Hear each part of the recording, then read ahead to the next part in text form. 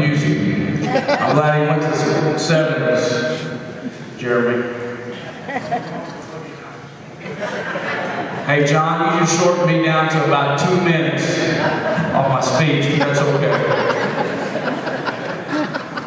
I'm going to try to do this very quickly. You know, I've kind of had a love-hate relationship with athletics. You know, I've had a good career. I felt like I was successful as a player and coach, but at the same time, it kind of drove me crazy. And anybody that's coached probably knows what I'm talking about.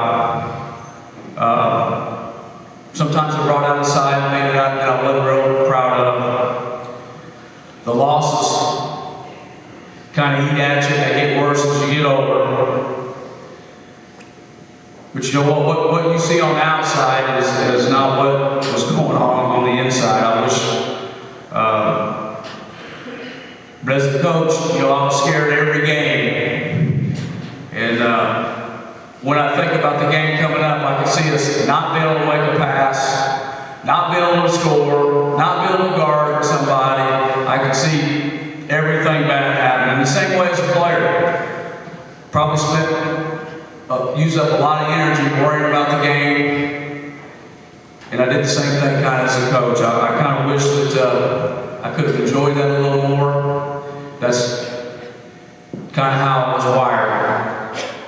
I've written down here, I kind of wish I was like Rex Ryan. Because if I was coaching football, I could see us fumbling. Rex sees his team picking up the fumble and going for a touchdown.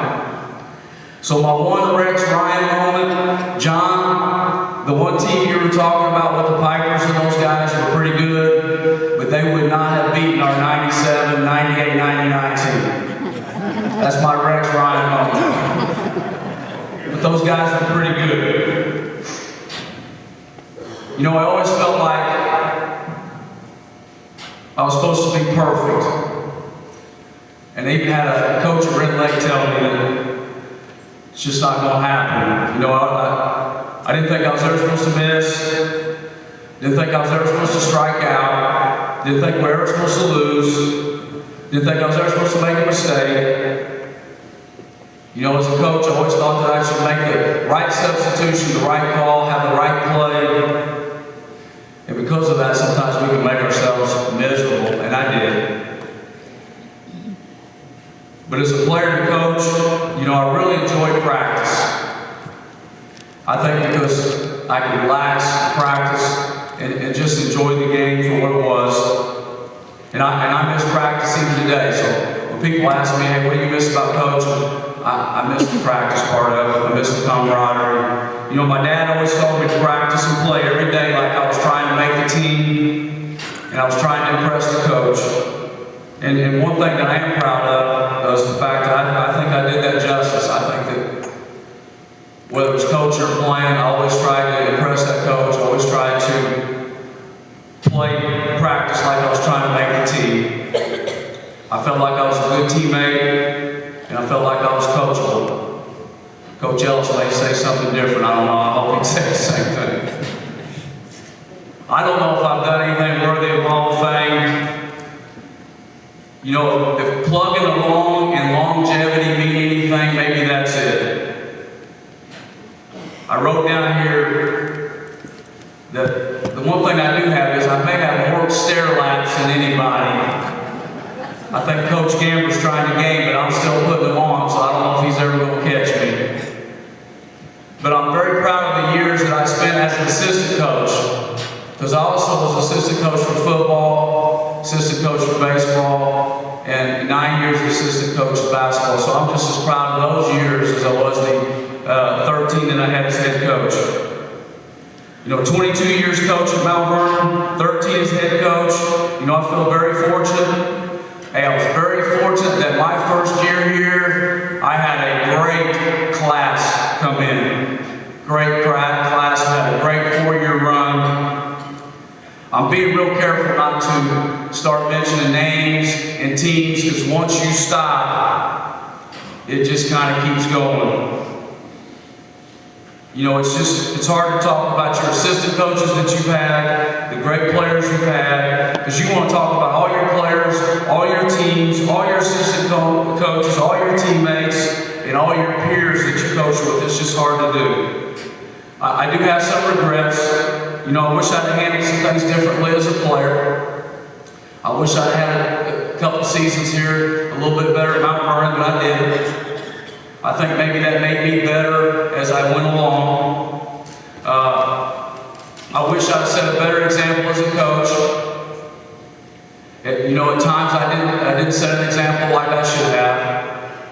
And I think a lot of young coaches think that coach is all about screaming and hollering and stomping and hollering at officials and hollering at players. That's not what it's all about. And I think I settled down a lot as I went along and set a lot better example.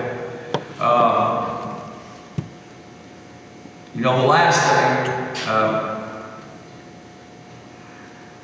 excuse me, I just took a lot of time from my family, and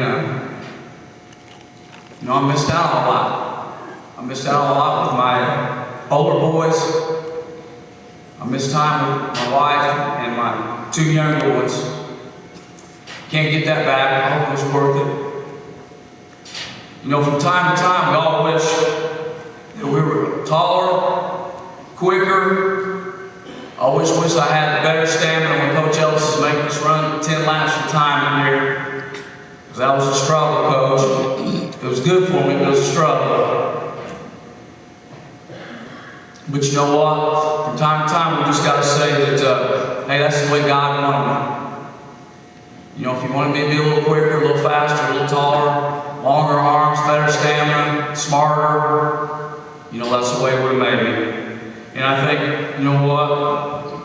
If one of those things would have been different, I might not have been here today. I feel like, you know, I'm the luckiest guy around. I had great parents. I've got a wonderful wife. Got 4 great kids. I got to play 4 years at Mount Vernon, played 2 years of college baseball, 4 years of college basketball, coached at Mount Vernon High School for 22 years. I've had great assistant coaches. I've got to watch 3 of my players who are now coaches here, Scott, Tim, and Quinn, who are doing a great job. You know, my idea, I'm going to tell you how boring my life is. My idea of a good night is bath, in bed at 9:30 with my wife, reading a magazine. All the older guys know what I'm talking about. You know, and I'm happy with that. I've got a great life because of that. You know, I just feel very fortunate, like Mr. Callerman said, and I've taken up enough of your time. I just want to thank Jeremy